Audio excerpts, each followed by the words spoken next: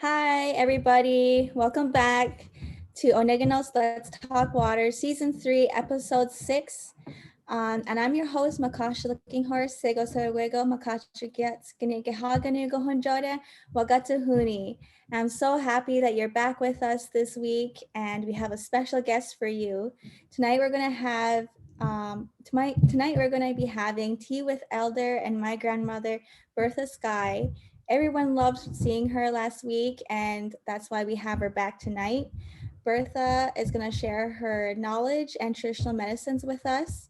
She has a variety of traditional medicines with her to show us all. And don't forget to leave your questions below in the comment section, and she can answer them live. But first, we're going to listen to some music to start the show. Here is Illuminative by Superman, and we like to share this powerful song of music and traditional dancing. Let's take a listen.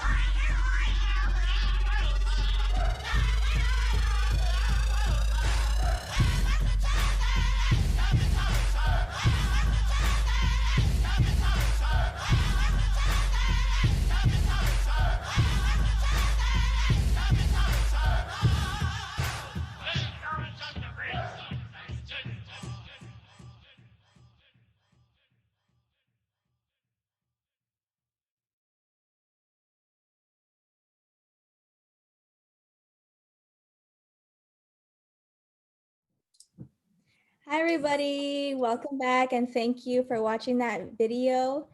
And welcome back to an evening with Bertha Skye. That's also my grandmother, and I'm so happy to have her back on our show. Everybody loved her last week. We have tons of comments, tons of people asking for her to come back.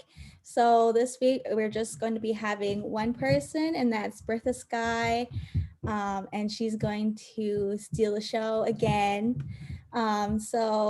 Bertha is not only my grandmother, but she's an amazing elder, leader, and award-winning chef. She served as an elder for McMaster University, Mohawk College, and Sheridan College. At the 1992 World Culinary Olympics in Germany, her team won 11 medals, including the Grand Gold Medal, which is winning overall by tons of international culinary competitors, which is amazing. And she used all traditional foods, including the Three Sisters soup, which is incredible.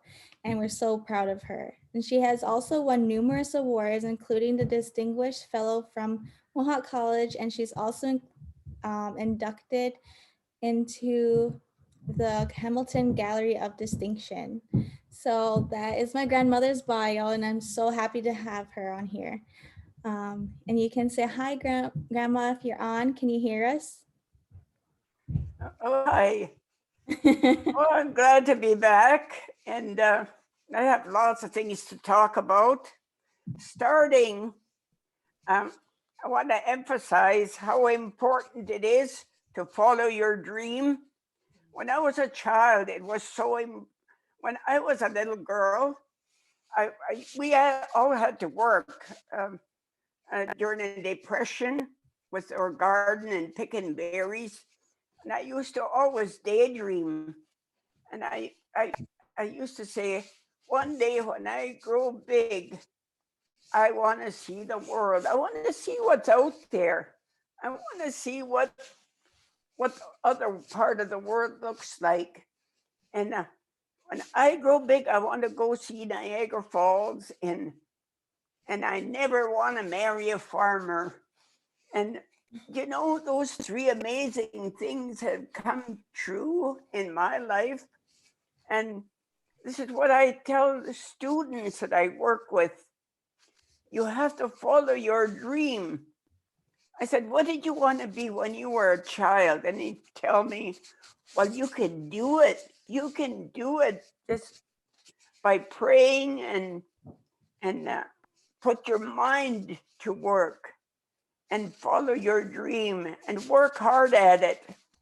And I tell them, you know, with no formal education, I've gone up over the Atlantic Ocean 6 times to cook in embassies, whether it's in Berlin or Paris or Ireland, and just going across and you know, and the first time I went over the Atlantic, the ocean, I told myself, this is what you used to dream about when you were a child, that you wanted to see the world. And, you know, everything just falls in place. And I think I'm very fortunate that I've been able to do so many things with my life, that I had good health and eating the right food and having 5 children was my just a wonderful experience. And having 5 children, that was my dream, to have a big family. To me, that was a big family. But I always respected the way I was brought up. We worked hard. My mother and my father through the Second World War and into the Depression. It was really difficult, and we went through so many hardships, and we had to learn how to use medicine for so many things. And the first medicine I learned how to use was a cedar. Cedar, we say if we had a fever or a cold, my mother would make tea out of this, and it was good for your cold and headache, whatever you had. And the Cree people use this in muskeg and Labrador tea. And the Labrador tea that people are using this for the pandemic. Labrador tea, you can find this any place. They mix these two together with to make tea for the virus, coronavirus, and they drank that 3 times a day. And my friend had cancer. She had cancer. She was given 3 weeks to live. And I gave her a cedar bath. I boiled a big pail of cedar. I put it in her tub, and I said, I want you to soak in that. And she said, oh, it smells so good. And she just lay in the tub. And I said, okay, you can get out. Now I wrapped her up with a towel. I said, I want to massage your back, where she had complained of a sore back. And when I was massaging her back all the way down, I'd get to the area where she had a tumor. and I would burn my hand. It was that extremely hot where she had, and I never did that before. And I later that evening I called an elder back at my home. Why did I burn my hand from that when I was rubbing her back? They said you had the power to pull the some of the hurt out of her back. And as I come down and threw it away, but I didn't know how to do it. So this has a lot of power, and people use it today, every day, and where I live. And if you have a little piece of it in your home, just hang it on the wall or above your door, and it's supposed to protect you. And this sweetgrass is the same for native Cree and Ojibwe, Blackfoot. They're all out west, and this grows all over out west. And my people pick it up, and but they have to have a ceremony to pick the medicine, and they have to give thanks for this medicine, and do an offering, whether you put food in the ground or you put tobacco, and you pick the sage or the sweetgrass. And everything we do has a ceremony. And then the eagle feather is the one we use to smudge and do ceremonies. Okay, I And can't find my. with the cedar, you can get it off of cedar trees anywhere outside. Not Yeah. anywhere outside, but usually cedar trees are right outside your door and the bushes not far. And you can Yeah. just pick it yourself and offer tobacco. And then with sweetgrass, you can plant some if you'd like.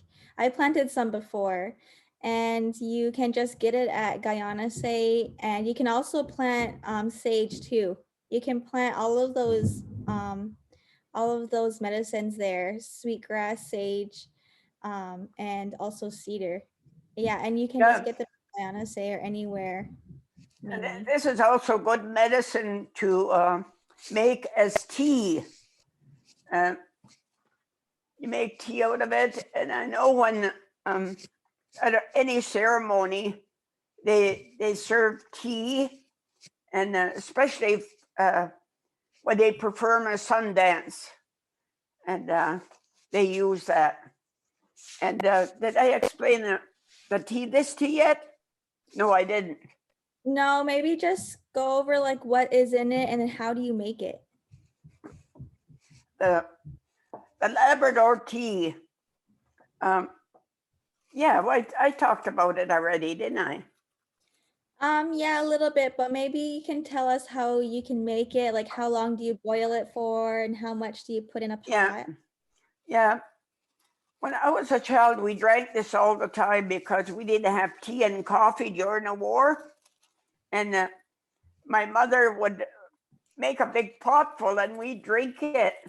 And you, for about 4 cups of water, you'd put about this much tea. And this is hard to get out here. But in the north, it grows all over. And it's good for your kidney and bladder. And when I was a child, nobody ever had kidney problem or bladder problem. And now I know why, because we drank this and we ate a lot of fish, which is healthy, deer meat and moose meat and caribou, because these animals ate whatever medicines we needed in our body.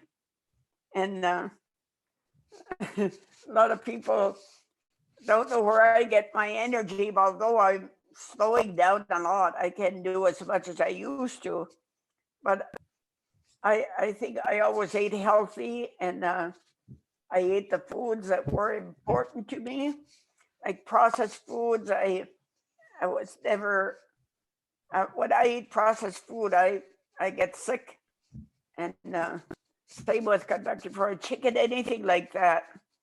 I can't eat that food. I guess I'm so used to home cooked food, and it's so much healthier. Okay, what else? We have a question from one of our audience members, and they said, what kind of offering can you do if you don't have real tobacco? Um, you can give food, any kind of food, bread, um, even candy or a cookie. I remember once I didn't have anything to offer, and that's what I did. And for my first trip to Niagara Falls, I said, "This is what I dreamt about, used to dream about." And now I'm here. Now, the water was running over. It was so beautiful. I didn't imagine it was that big. And what I had was some candy, and I put candy over the water. Oh yeah, okay. And the Iroquois people use a different tobacco, which is so important to our people. Um, eh, we all grow it, and it grows really good in this in clay, and we use it for all our ceremonies on reserve, and and I give it to the elders that are doing the ceremony, and it's very important that they burn this for anything that's troubling people, or if a person is sick, we burn tobacco for them to get well. Like I did that for when people were very ill in the hospital with COVID, and I think it helps. It opens the door to the Creator when you burn any one of these, and your prayers are heard. And that's the way we've done all our ceremonies. Uh, I've been to New Mexico, and they do the same thing. The Lakota people, the Blackfoot people, and there's so many tribes in British Columbia that use the same tobacco we do, and the Iroquois. They're very powerful people. Mhm. Yeah, and I out of all of the medicines, I know more about the sage because I'm Lakota, and sage grows everywhere. And there's women's sage and there's man's sage. Usually we just pick the men's sage, and I think that's what that is right there that she Yeah. has, that my grandma has there. And one thing how you can pick it that a lot of people don't know, or they tend to forget, that you're supposed to, when you pick it, you're not supposed to rip it out of the ground with the roots. You have to snip it with scissors or a knife above the ground, so it can sprout again the next season. Because if you rip it out of the ground, it's never going to grow again. So that's a lot of things. I think that's like one thing that a lot of people don't know, how to pick sage. But I think all of the other plants and medicines that she has there, you can just pick it and leave food or tobacco, like she says. Yeah. Um, and yeah, with tobacco, I know Grandpa, he used to dry it all the time, like hang it up or put it on like shelves, right? How do you dry tobacco after you pick it? Oh, the way we do it, you can string it with a needle and thread and hang it. We had good tobacco growing at Mohawk College, and all the students had needle and thread, and they strung it up and hung it. We had a drying place, so that's how we did it. And after it hangs there for a month or two, and it gets really crispy, and everybody took some tobacco home. Yeah. Mm. Yeah, and you said that we can use bath, and I know that you can bath in, I think all of those medicines except really tobacco. And like, do you want to share how we can use them as smudge? Oh, oh, the cedar is one of the main ones for the Cree, and this is the main one for the Lakota. And the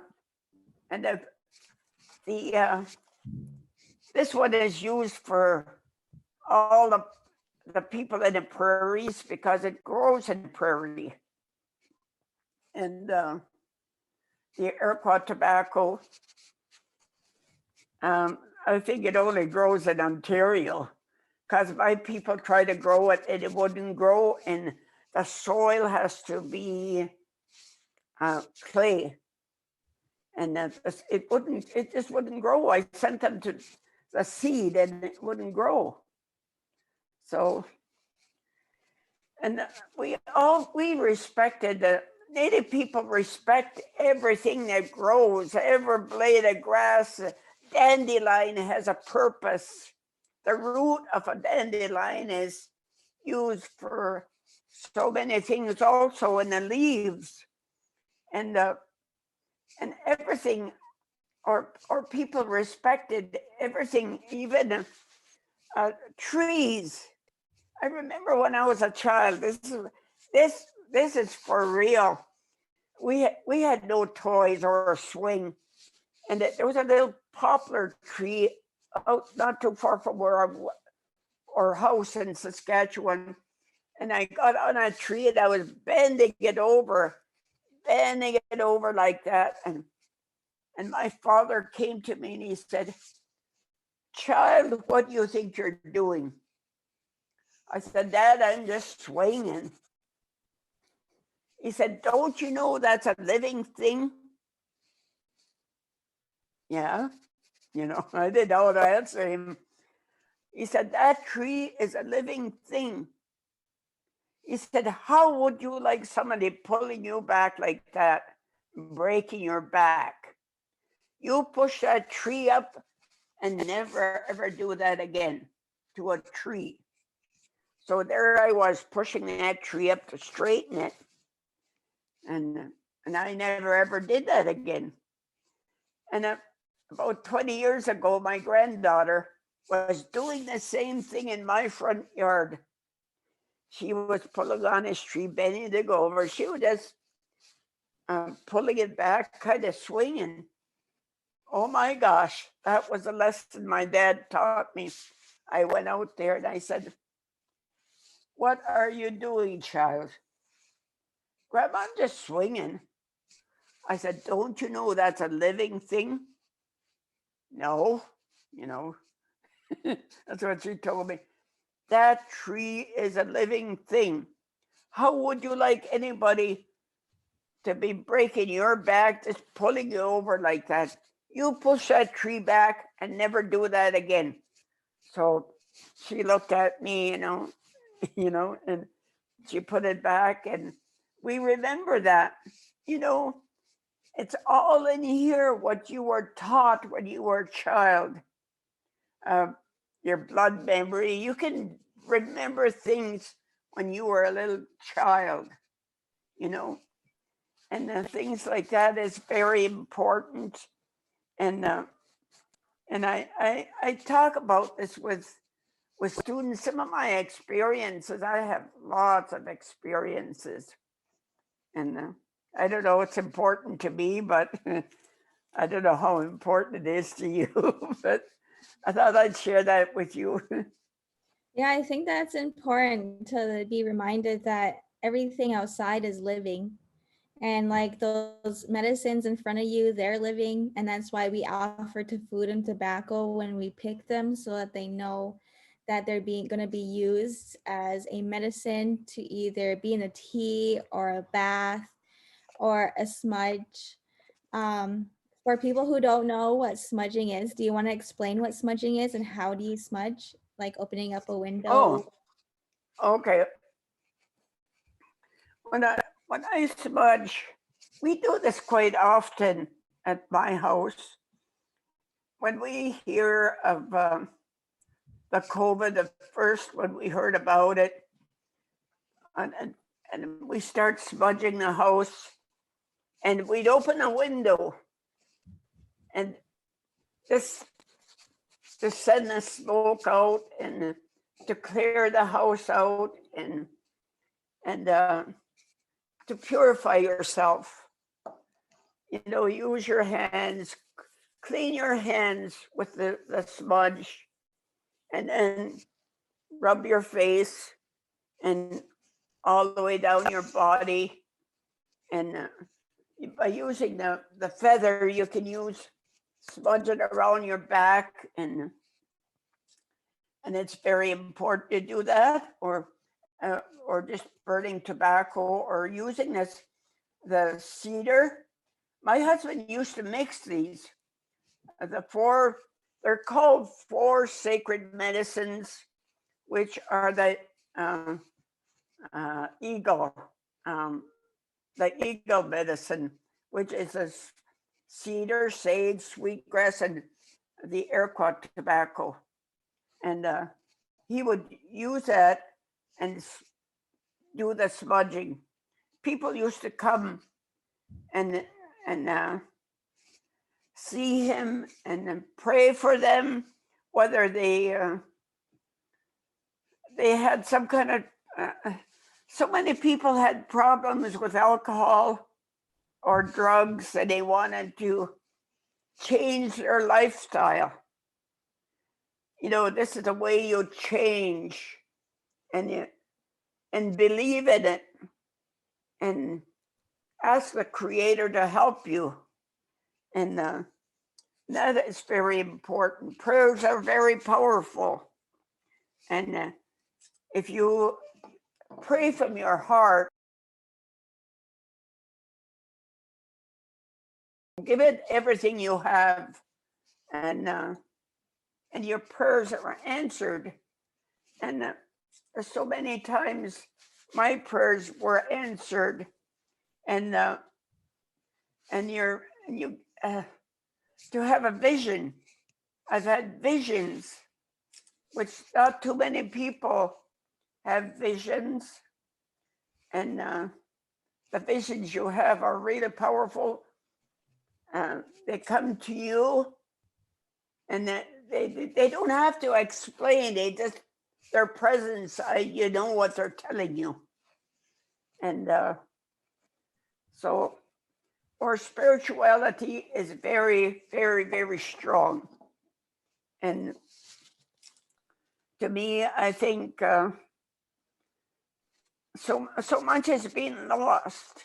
A lot of our ways are lost, and what you people are doing is a good thing, even with the water, and um, having me to come back and explain a little bit um, of the how powerful our medicines are, and the way we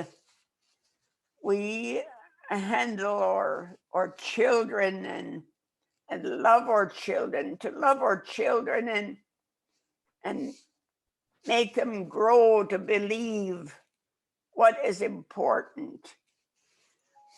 Um, Today, I used to always think how important a college and university get an education.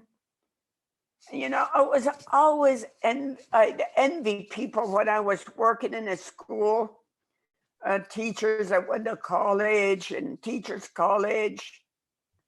And I thought, I never ever had that chance. I had to work hard growing up, and but it comes to me in a different way. What benefits I've had with the knowledge I have with our traditional way, how important it is to have that knowledge.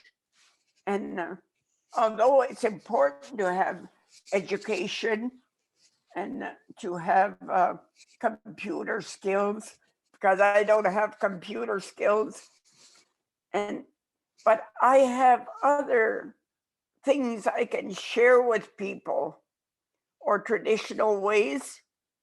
And but with people that go to school, they can share their education by modifying it to their people and use it to help their people have a better way of life. And that's important too. To get an education is so important in this day and age, in the computer age. And I to the students I talk to, there's so many people. Oh, I can't do it. That's it. I can't do it anymore. I can't mix with people. I don't know anybody. I don't know what. They want to quit the first week. And I said, don't do it. You're here to learn. And I have no friends. They say, well, you didn't come here to make friends. You came here to learn. You came here to better your life and better your family's life. Keep going. You'll get there. It'll take you a month before you get to know where your classes are.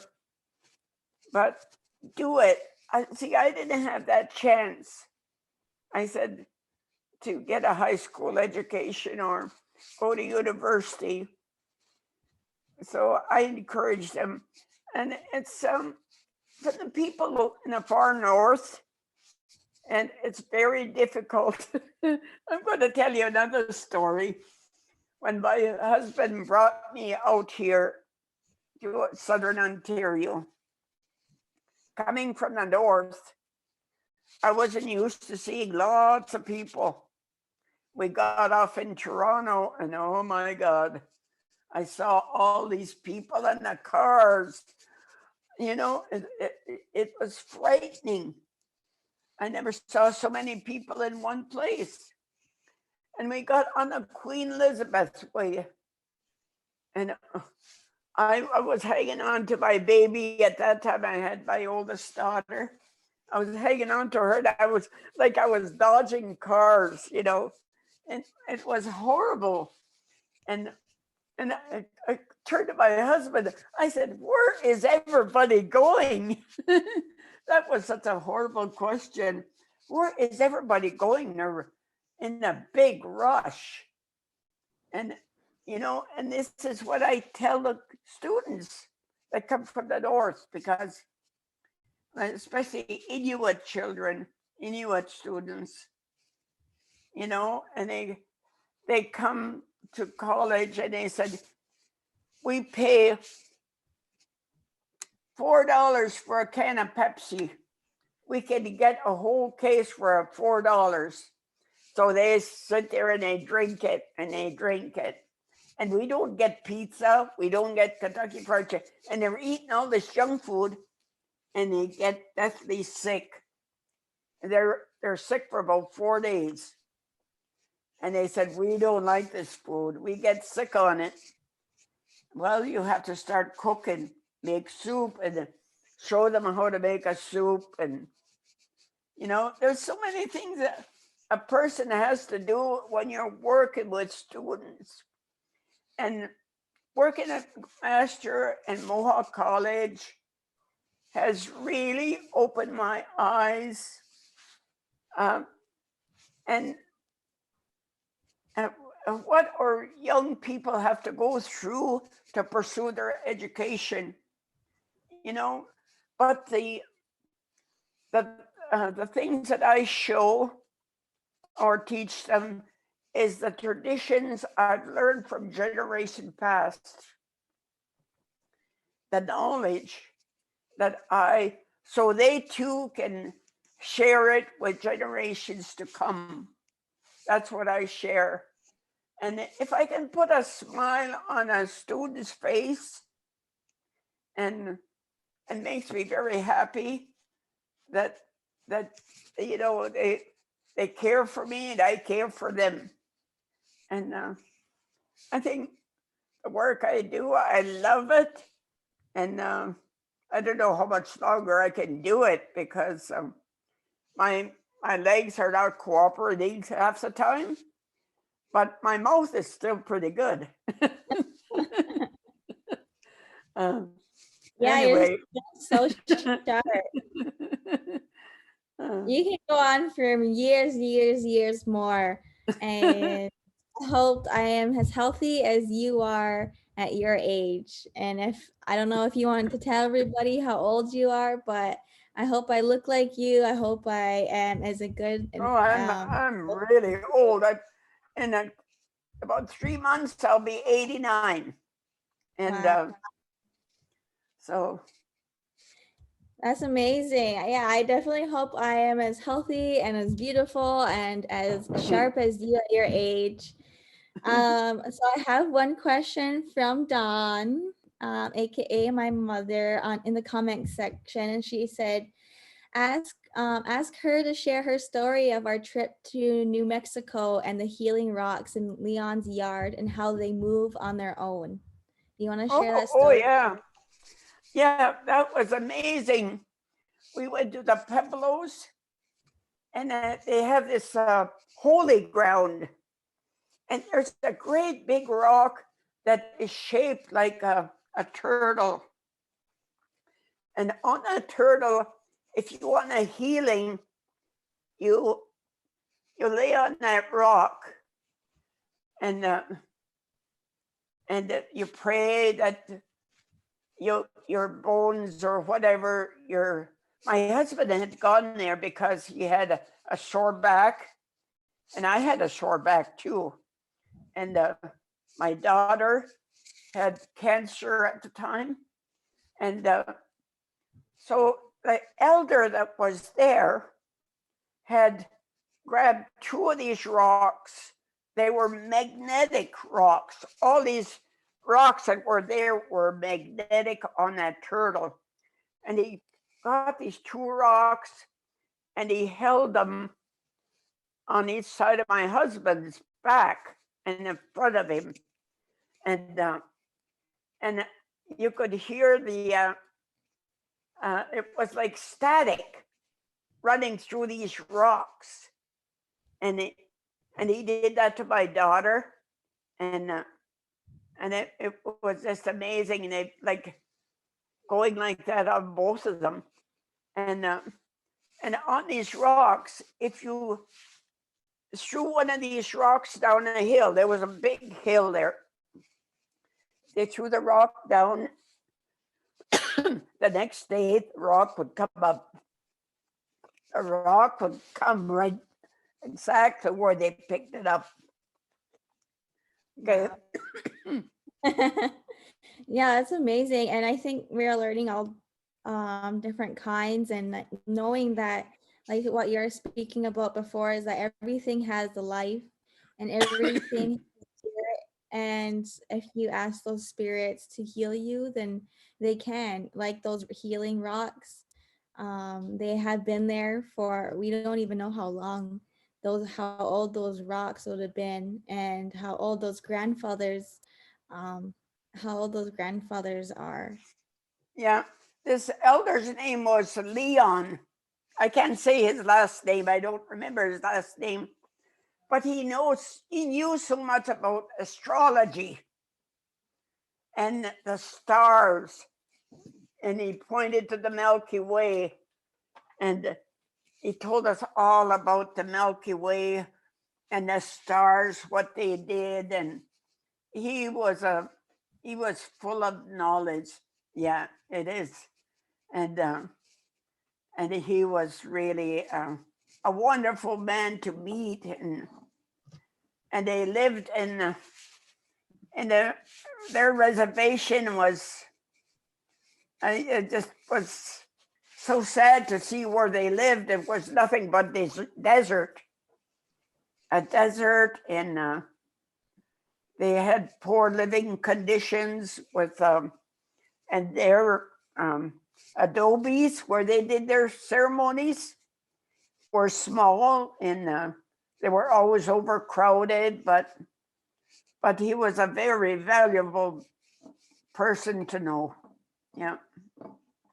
Yeah, and I think it's really interesting of how many indigenous tribes there are across Canada, across the US, and we each have our own different kinds of medicines that we use from the land to cure all kinds of things, like how we smudge and we take baths and we drink teas and using different kinds of medicines mixed together, and it's really and having a reciprocal relationship with the spirits that those medicines have, and it kind of just all realigns of like our worldview and giving thanks to everything that's outside, and our worldview that everything has a spirit, and we're not higher or lower than any of the spirits that are outside because we're all doing our duty in the life cycle. And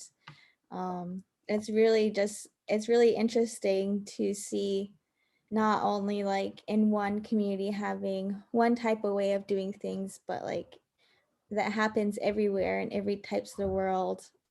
And like in New Mexico with the healing rocks, and in South Dakota with sage and choke cherry juice and all of these other different kinds of medicines. And where you're from, Cree territory, having the cedar and sweetgrass there. And it's really interesting. And if any of our audience has any more questions for our Grandma Bertha Skye here, yeah, just let us know and comment them. You can ask her any kinds of questions. What I think that we covered most of the medicines that you talked about, like cedar, tobacco, sage, and cedar, tobacco, sage, and sweetgrass. Um, do you have any stories about how water can heal us? Oh yeah. Um, there's so many. Like when you go to the ocean, for one thing, I've experienced that. When I went to Hawaii, when I left here, it was cold, and we had I caught a cold. I was coughing, and I had a chest cold. I had a headache. Oh my gosh! And there was all this beautiful water in the Waikiki beach, and I thought, oh my gosh, I'm so feeling so sick, and I said I want to get in the water and wash my face. And I just let it run over my head and wash my body. And I went to bed. Guess what? I had my cold had gone away. And and and, and this is for real. And I could tell another girl from Mohawk College that went to Hawaii last year, not a year ago, over a year ago. They went to Hawaii, and she had a bad cold, and she said, oh my gosh, I was so sick. I stayed in my room and I coughed and coughed. And she said, I went to the water and I put my feet in there, washed my face. Guess what? She said, the cold went away. And, you know, and And when you feel sick, you have a shower and it's refreshing. It opens your pores and it's a cleansing. Like after you get sick, you're sick in bed and your bedding is all have the germs in it, cold germs. You wash your bedding and you get into a nice bed and hey, the water did it. The germs out of your bed, and it's a cleansing. You know, it purifies your body, and it's wonderful. Water, we use so many things to quench your thirst, and what else we use our water for. I think that we also use it in sweat, right? That's basically what a sweat for the Lakota anyways is just a cleansing of your body. And what they do is they it's like a dome and there's rocks in the middle called grandfathers, and we know like how grandma was saying that rocks have healing powers and we respect them and we know that they have a spirit. And so we pour water on those grandfathers, the rocks, and the steam covers everybody in the dome and in the sweat lodge in the inipi. And it cleanses you, the steam and the water, it cleanses it feels like it cleanses your insides and your outsides. And I think science can back up now how many health benefits are with all of these things that we do, like smudging with sage. It has clarifying properties to clarify the impurities in the air now. And so science backed that up, and now we have the the sweat and the steam for your face and for your breathing and everything. And for everything, it's just a cleansing. That's all that really is just cleansing ourselves. Yeah, And it is. It get all those toxins come out of your pores, and what I always found that after smudging, 3, 4 times, 5 times, or wherever you go and smudge, you don't need deodorant because you don't have no toxins in you. To have body odor, and that's a proven fact. But long time ago, people never had to have underarm deodorant. And when they first got in touch with the white man, they said the white man was really stink because they had lots of body odor, and we didn't. they also didn't know how to wash.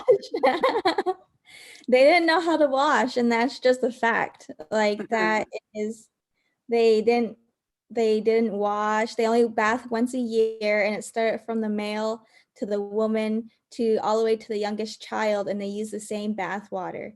So that is just, it is a fact, and we can't hide that we showed them how to bathe and brush their teeth.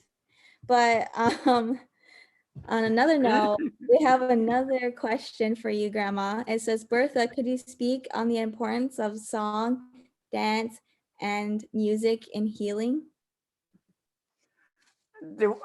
Repeat that. Do I? The question is, Bertha, could you speak on the importance of song, dance, and music in healing? Oh yeah, they use that for a lot of healing purpose for different ceremony that I can only talk about what my husband did. And of course, my way was having ceremonies through songs and dance was the eagle dance they did in Saskatchewan and Cree, and the buffalo ceremony. The buffalo, they sang the buffalo song, and then they had buffalo dancers, and they sang, and that was a healing. That was a healing ceremony, and then they had one other one where they would darken the room. They would just have singers in there, and the singers would be in the middle, and the people would be sitting around the room, and they would the men would start singing, and it was like the buffalo were running in the circle, and you could almost feel their tail hit your face. You know, it was that powerful, and everybody has different ceremonies, like a chicken dance, and there's a eagle dance and rabbit dance and gayoa, all kinds of dances we have for healing. Oh, the bear dance is very important for people in this ceremony, and they drink blueberries. They eat blueberries or blueberry juice, and they have a ceremony for that. And there's so many ceremonies that our people have, and I hope they never lose them. And but the way things are going right now, it's can't even go to the loghouse right now because of COVID. And but our people were determined to go to the loghouse and have their ceremonies despite the virus. But I think it will live on forever. Yeah. Mm-hmm. Yeah, I think so too. And one thing about like our dancing and music is that, and one thing that I have learned in my past like ceremony experiences is that we all have to, your power is in unity and people coming together for one mind and dancing together and being of one mind creates more positive energy and more energy into what you're praying about, whether that's giving thanks or giving thanks to all of the creation outside, like the sap or the berries or the deer meat or anything that's outside. And it's just giving thanks. And that's what most of our ceremonies are about, is either cleansing ourselves or giving thanks. Yeah, giving thanks for what we have. So many people don't give thanks for what we have. Like in the spring, you know what my favorite thing to do? When say about in May, when everything is starting to get green and the leaves are coming out, and you get up early and you get your sweetgrass and a smudge bowl and sit outside and wait for the sun to rise. And you give thanks to everything that's so beautiful, the beauty of the earth and everything that's growing, the leaves and the grass, and we give thanks to everything that we have, the birds singing and the beauty of the earth, you know. Not too many people do that. Even I do that for the moon. And my mother and father used to do their what the heck you call that? They used to observe the new moon. You know, they used to call it, the canoe. See, the new moon is shaped like a canoe. And they could tell whether we were going to have drought or rain, just the way the moon was hanging, the new moon. they people used to observe. People observe the stars and even the clouds, the way the clouds were, whether there was going to be a nice day tomorrow. Oh yeah, it's going to be nice tomorrow, and but they could tell by the way the clouds were. So, Mhm. or people were smart, and Yeah. Yeah, we definitely were smart. We had our own healing, our own hospital or doctors. We had our own everything. And even sometimes, like most of, I know that like whenever Jock was talking, he said that like the common person like me would know a lot of medicines and a lot of what things were called outside, what they were used for, a lot of knowledge on the outside, like a lot. And then like the more that you got older in your family, your grandmothers and grandfathers would know like the most. They were the most wise, and so like obviously, and I think we have another question coming in, but I think I will talk about that. So this one says, can you talk about fasting? oh, well, fasting is good too. Like it doesn't have to be. Some people fast for 4 days, but for young people, um, even if you go without food for 1 day and drink maybe strawberry juice or water, that's that's good for your stomach. You're cleaning your insides out, and that's important this day and age. So many people have uh, trouble with their intestines and colon problems, and like what I'm going through right now. I tell myself I think I should fast, but I love food too much, and you know I love eating. I tell myself I'm going to fast today, and I get things ready. Like um, like this morning, I had cider vinegar with honey, and Hmm. that's good for cleansing too. Yeah. And the cider vinegar, Hubert used to say, my husband used to say, if you want your kettle cleaned or your iron or anything clean, you use vinegar. So this is good for your insides too. So that's what I take is cider vinegar with honey. And so Yeah. that's as far as I went. And I think I can talk about the other spectrum of at like going without food or water for 4 whole days. And yeah, there's different levels, like what my grandma's talking about of fasting for like 1 day and just cleansing your body, 2 days, 3 days, 4 days. But I think if you're doing 4 days, it's um,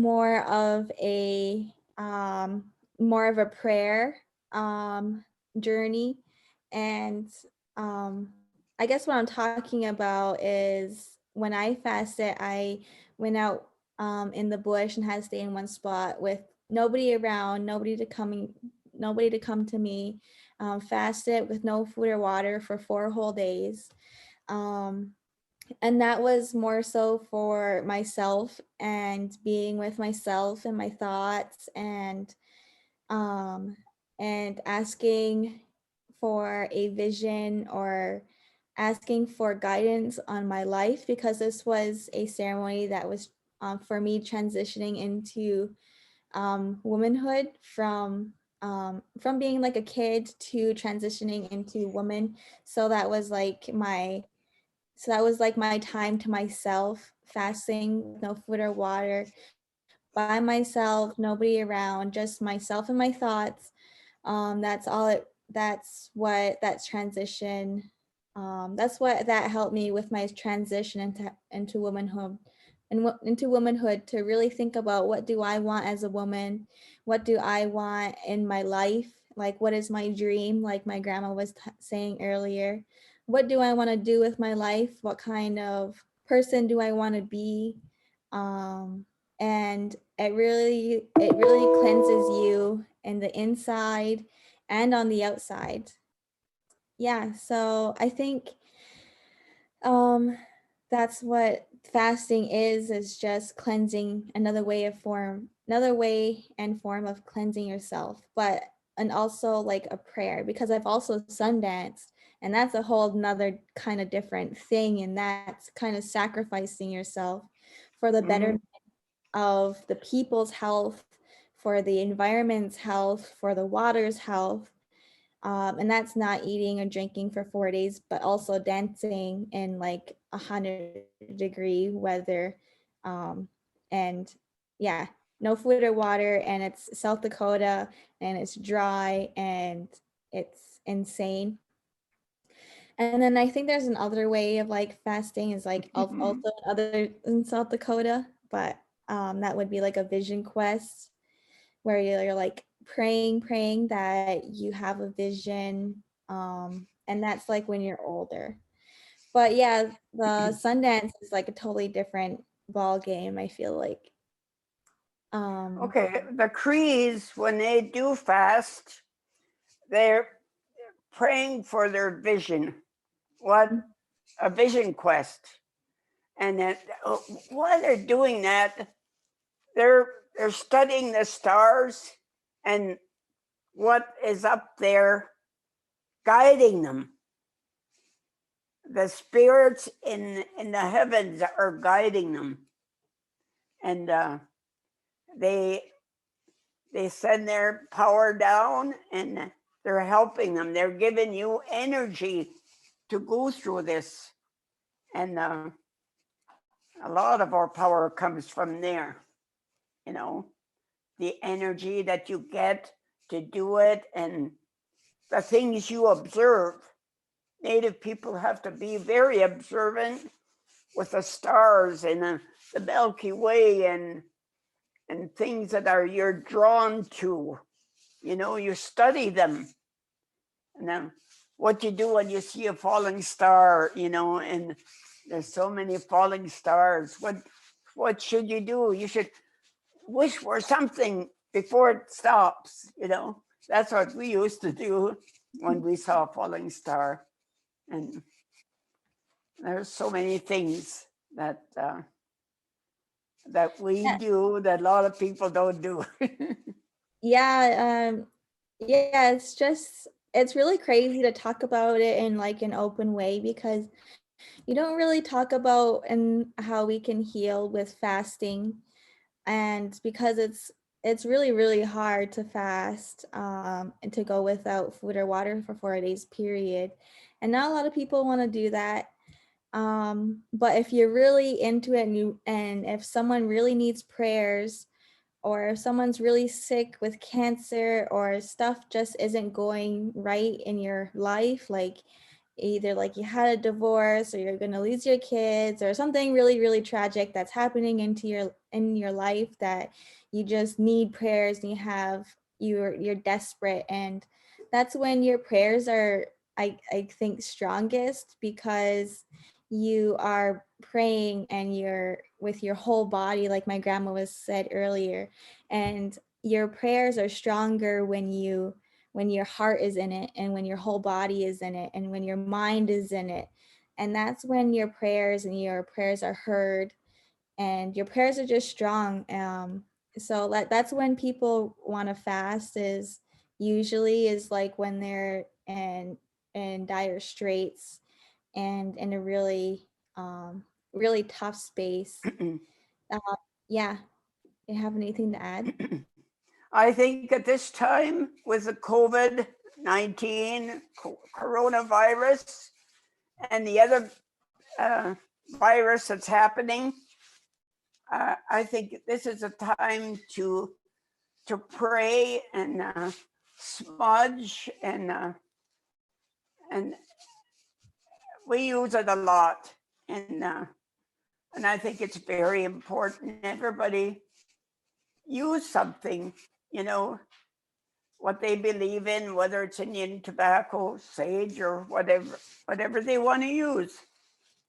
Yeah, and if anybody wants sage, I've got a whole shipment from a Saddle Lake Reserve and Saskatchewan. I got some from Saskatchewan, and Yeah, I think that's the same thing. Like we need, if we are praying, if we're, if there's any time to pray, it would be now because we're in the pandemic and we're really in a scary situation globally or environmentally, in a health, in a health look at things. Like we are in really bad situations. So I think if our viewers want to pray, like pray however you can, like how you know, use whatever medicines that you know, because no matter if you can speak the language or if you can't, it's not like the spirits and the universe like doesn't really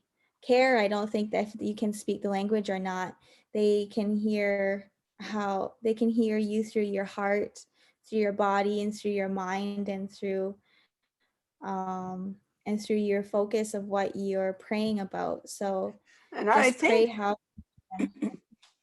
I think it's very important right now for the children, what the children are going through, and the school children.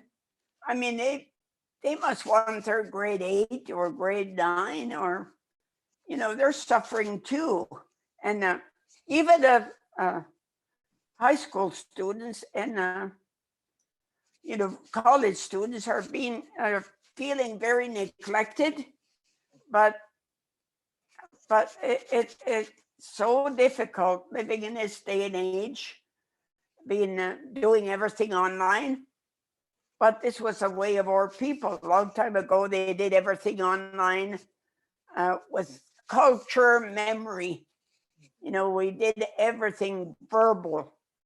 It was all verbal. There was no disturbances like radios, cell phones, or TV, or fast cars, or nothing. When our elders spoke, we listened with both ears, and this is where we used our culture memory. That's where our ceremonies or songs and or traditions have been carried on, because they had no schooling. That's all they had was their culture memory. That's it. And Yeah, and like I think anybody's prayers can be strong, and you can pray about anything, like whether like your children that are going through a hard time or they're feeling sad, you can pray that they have a good day. And I think that we need to talk more about praying and like how do you pray, what is praying, because I don't think a lot of people are taught how to pray. And I think it's really important that we learn how to pray and that we can talk about like how you can and ways that that you can use like I know tobacco. it's fun to teach children how to pray. I remember when I was a young girl, my nephew uh, came to visit his grandma and grandpa, which was my mother and father. And okay, it's time for you to pray. He had his pajamas on, and he said, and he started praying for everything. God bless my grandpa's horse. God bless my grandpa's cow. They were praying for everything. All of a sudden, he started praying for grandma's turkeys, and God bless grandma's chickens, and all of a sudden he said, "Oh, I forgot. God bless grandpa's pigs." I couldn't help it. I just burst out laughing, and my mother, she was mad at me, keep quiet. But a child, that's how they learn. Mhm. That's how they learn. He was only 3 years old, but they learn to pray for whatever they want. And when I was a young girl, I didn't know how to pray, but I was wishing. I, a child's prayers can be answered, whether they're on their knees or praying, just from wishing. I wish, or they would like a better life, and it, it's you have to live it and do it on your own. Pray, pray the best you can. I can't tell you how to pray, you know, just do it from your heart. That's all. Yeah, there's no wrong way of praying. Yeah. And nobody can really tell you how to pray. It really And has you to know come what? from you. Whether you're Anglican or you're Protestant or Roman Catholic or Native, we all pray to the same creator. You know, the Chinese they call him a different person. India, they all pray to the same one. No, they don't all have separate gods, or the creator. And we all pray to the same one. So it doesn't matter how you pray, whether you pray in your own language. It's okay. You don't have to pray our way because we pray to the same creator. Yeah, or you can just pray to like your grandparents, to your ancestors, because your ancestors, your grandmothers, your grandfathers, they're all looking after you and right behind you every step of the way. So yeah, you can pray to anything and anyone and they will be able to hear you basically. And yeah, your prayers will be answered if you pray hard enough and often enough. Um, and yeah, I've known that some pretty cool stories where people's prayers have been answered. People who have been trying for a child for years and years and years, and people who were sick and they had back pain and it was gone.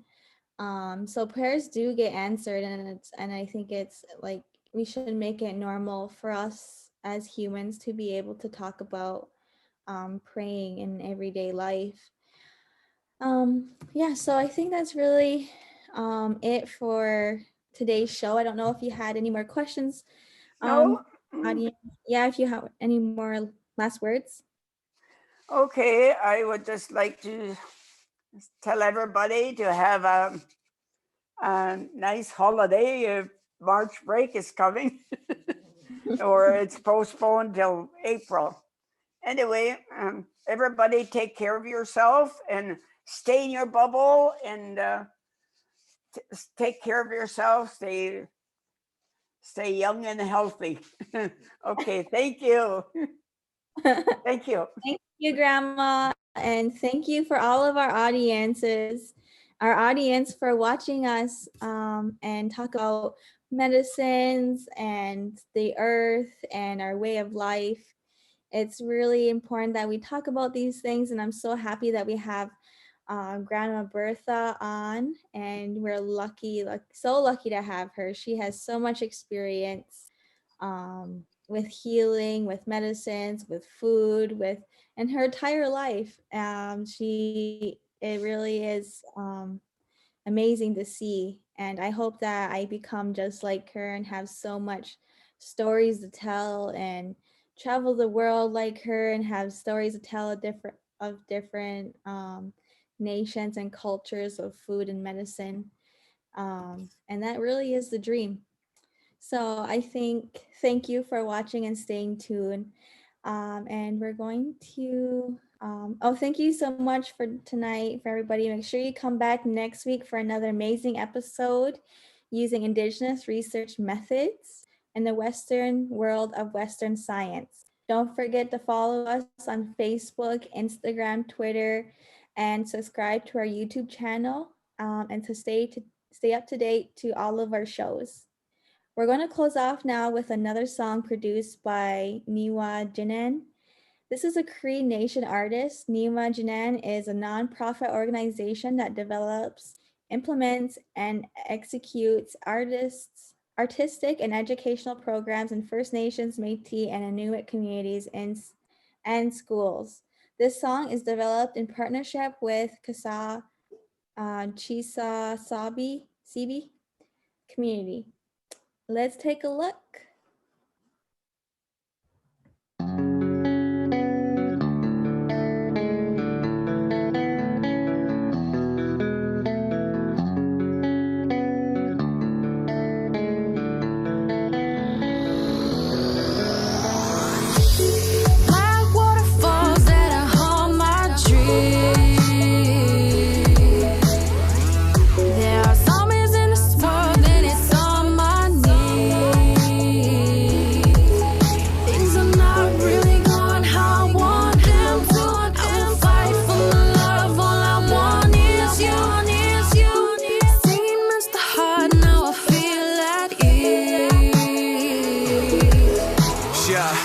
Hard every day I hustle. Can you relate with the pain and struggle? There is a light down the caves and tunnels. I won't go quiet, you can take my muzzle.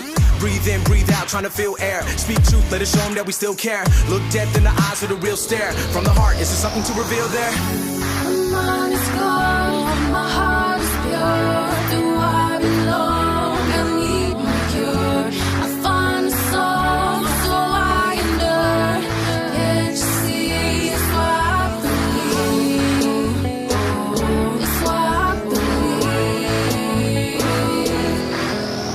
I'm strong enough to overcome that kept me in the dump. As I take my steps to earn respect and show my people love. In the progress I feel exhausted, but I know the road is tough. Share your thoughts and expressions to the only one above. One day I'll get away from this place that drains my strength. I just need some inspiration to continue what I think is better for my future, cause it's never too late. We must believe in great things to achieve your success. I gotta figure out just how to live this life. Struggle every day, never give up that fight. I'm trying to get it right, I gotta find the light. But it's taking me days and it's taking me nights, and I'm never gonna let it take the best of me. Stay true, stay real, that's the recipe. Even when you're down and out, got no energy. Just look to the sky and let yourself fly free.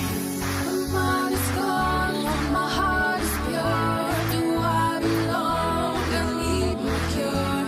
I find a soul, so I endure. Can't you see? It's why I believe. It's why I believe. It's why I believe. It's why I believe.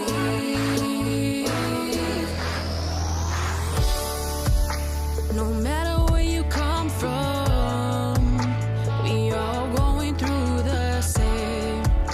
Sometimes I feel so numb, I just wanna walk away, but I won't give up. We all get stuck, we all feel love, that's right. It's why I believe we'll change. First of all, I believe, I love to ball. I got a dream, I'ma make the call, it's reality. I'll never fall, so tell me how to be. Never really stop me or hold me down, cause I know what I'm doing, I'm going now. I wanna be free, make my homies proud. Making my moves, I'm going loud. My mind is gone.